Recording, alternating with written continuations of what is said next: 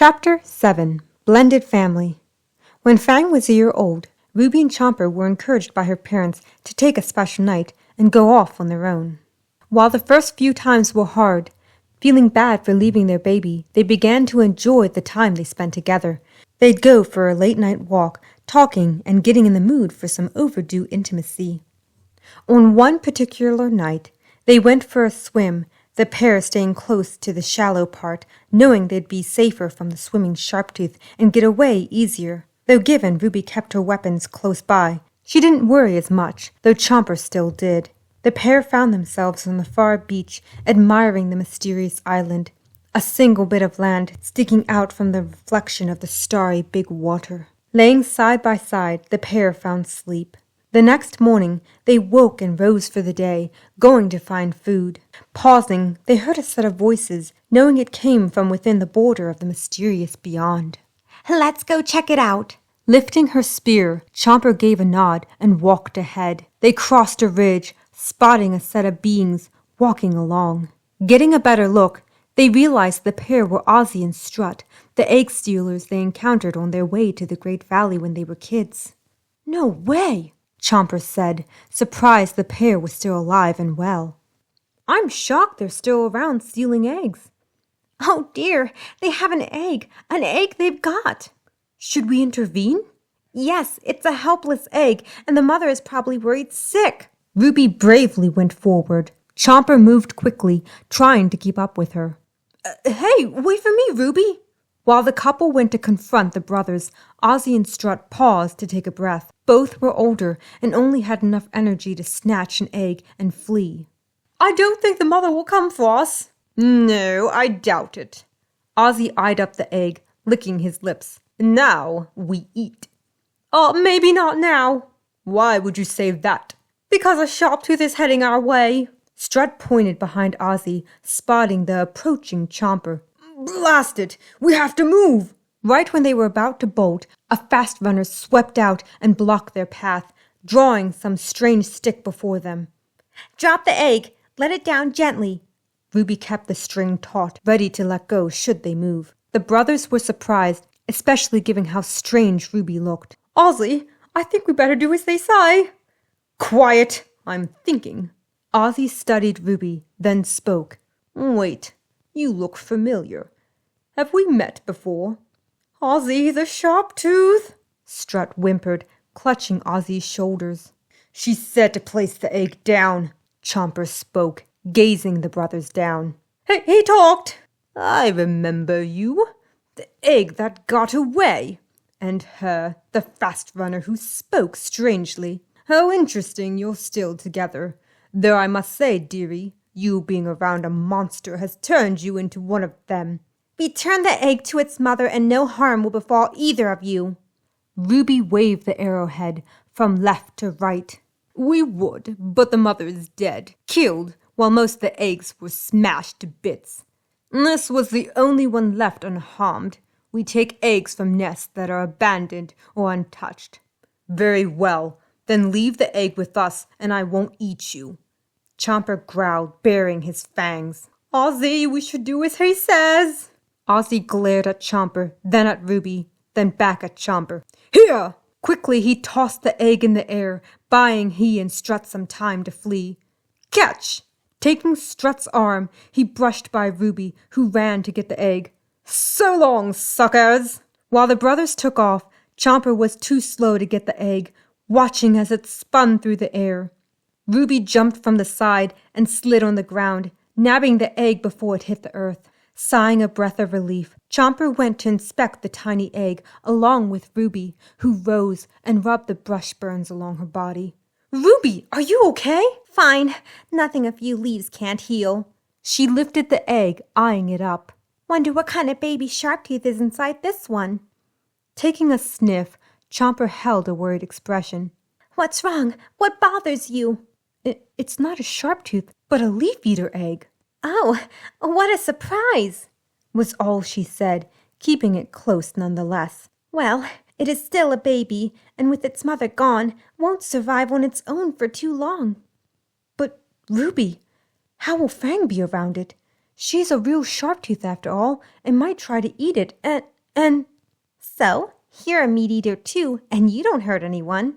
Yeah, but I'm half sky being, not full Sharptooth. Can you live with yourself, knowing we let a baby die? No, but what if she tries to eat the baby when it hatches? Calm down. Fang is smart, and with some explaining, she will understand. Understand she will. Yeah, you're right. I'm probably overreacting. Rolling his eyes and sighing heavily, he knew Ruby was right, as she always was. In a defeated tone, he nodded. Fine, we'll take it back with us. But it may not even hatch. Of course it won't hatch, not unless I sit on it. Ruby held it close, heading back to the land path. When they returned, all were surprised by the sudden and unexpected addition to their pack. Laying the egg in the nest, Ruby sat upon it, Fang sniffing around the nest. What's that, Mommy? Your new little baby brother or sister. We'll have to wait and see when it hatches. Yay! I'm going to have a sibling, Fang said, not caring if it was a leaf eater or Sharptooth. Well, congratulations, boss, Screech said, patting Chomper's side. Yeah, thanks. Ruby, I hate to be the bearer of bad news, but how will the Flattooth communicate with the Sharptooth? I mean, we have a small idea, given we're half-tooth. You're right, Father. Right you are. Ruby looked at Trudy. Actually, Mother and I might have found a solution. Ruby began to gesture with her hands, Trudy responding, all watching with wonder. We call it hand-speaking. If we teach it to Fang and the new hatchling, they'll be able to talk without talking. I don't know what Mrs. Boss is saying, but I think the whole hand thing might actually work. Thud looked from Trudy to Ruby. Count me in for lessons. Grabbing and pulling Screech close, Thud went on. Screech will learn too. Screech will what? Removing Thud's hand, Screech arched a brow. I don't know, Thud. Seems like an awful lot of work. Learning something new sharpens the mind. While there was some grumbling on Screech's end, all made a conscious effort to learn the hand language, wanting Fang to be encouraged to join in. It was tough, frustrating, but over time it became second nature to all, the family using it while they spoke the language they were most comfortable with. Chomper and the Fastbiter spoke Sharptooth, while Trudy and Rodney continued in Leaf Eater, Ruby bouncing between both.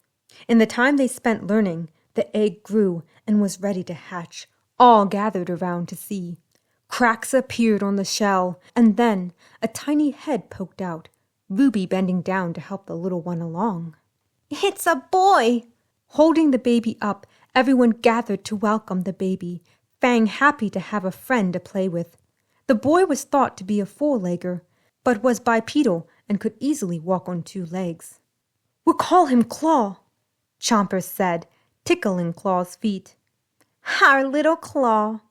Fang was gentle with baby Claw, being a good big sister. Making sure he didn't go too far from the nest, Fang was often found helping Ruby tend to the newly hatched young, gathering food and water for them. Chomper, Rodney, and Screech went to make their rounds, making sure no Sharptooth entered the island. Trudy and Thud stayed behind to guard and protect the hatchlings, Ruby staying close to the nest and her babies. During calmer days, Chomper and Ruby took the kids to play around the beach, enjoying their family time. In his fast runner body, Chomper held Claw, who giggled and kicked the surface of the water. Ruby and Fang swam to collect clams, coming up for air and setting the clams among their pile of seafood. Once the pile was big enough, Claw crawled onto the sand, chasing Fang. With a small breath, Chomper eyed up a rock, lifting his arm, focusing his mind to try and move it.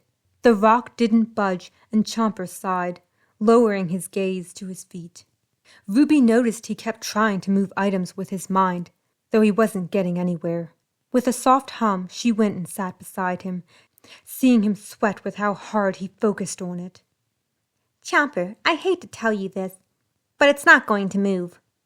Ruby, I have to get them back. It's another way to protect you and our kids. It'll come back. Just give it time. What if they don't? Whether it does or does not, there's no point in worrying. We're safe here, far from danger. Besides, I can protect us. Will do whatever is in my power to keep them safe. Nuzzling him, she took a deep breath. You know I love you as you are, right?